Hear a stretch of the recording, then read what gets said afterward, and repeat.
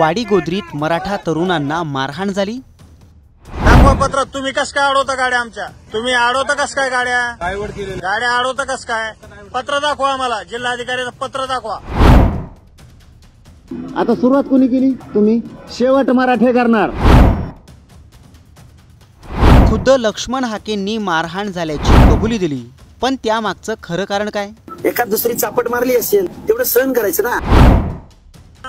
वाडी गोद्रीत नेमकं घडलं तरी काय? या प्रकरणावरून मनोज जरांगेंची भूमिका काय? हाके नेमकं काय बोलले?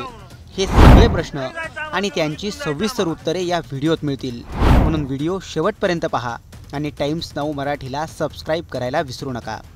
एखाद दुसरी चापट मारली असेल तेवढं सहन करायचं ना। आता सुरुवात कोणी केली? तुम्ही। शेवट मराठे करणार। मनोज जरांगे पाटील यांनी अंतरवाली सराटीत उपोषण सुरू केलंय। जरांगेंच्या मागणीविरोधात लक्ष्मण हाकेंनी अंतरवाली सराटीपासून अवघ्या 4.5 किलोमीटर अंतरावर असणाऱ्या वाडी गोद्रीत उपोषण केलं। नेमकं त्याच वाडी गोद्रीत हा तुफान राडा झालाय। मिळालेल्या माहितीनुसार जरांगेंच्या उपोषणाला पाठिंबा द्यायला काही मराठा आंदोलक अंतरवाली सराटीच्या दिशेनं निघाले, पण वाटेतच त्यांना पोलिसांनी अडवलं। वाडी गोद्रीवरून न जाता आंदोलकांना पोलिसांनी दुसरा मार्ग सुचवला, पण तिथं असं काही घडलं।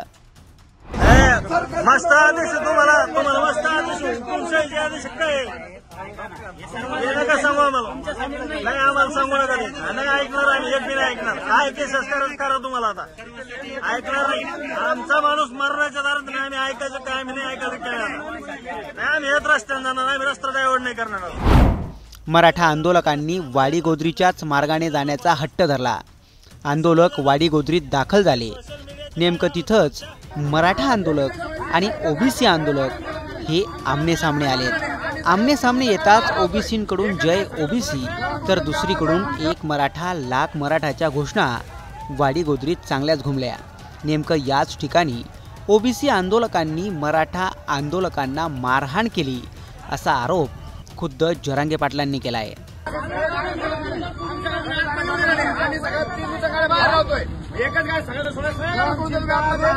माया मराठीचा रस्ता बंद आहे आता। माया मराठीने जायचं कुठून आता? माया 2-4 लोकाला बी हाणलंय तिथं। हाणलं ना? आम्ही कधी हाणलं का? नाही ना। आता सुरुवात कोणी केली? तुम्ही। शेवट मराठे करणार। मराठा तरुणांना मारहाण केल्यानंतर मराठा समाज बांधवांनी शहागड पोलीस स्टेशनला एकच गर्दी केली। मराठा आंदोलकांनी शहागड पोलीस स्टेशन बाहेर काही काळ ठिय्या आंदोलन केलं आणि आरोपींना तत्काळ अटक करा अशी मागणी केली।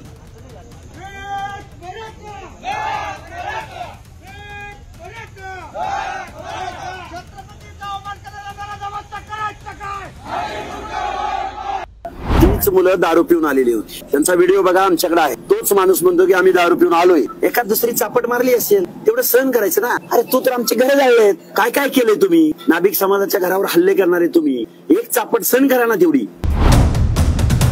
या प्रकरणावरून मनोज जरांगेंनी पहिल्यांदाच थेट इशारा दिलाय।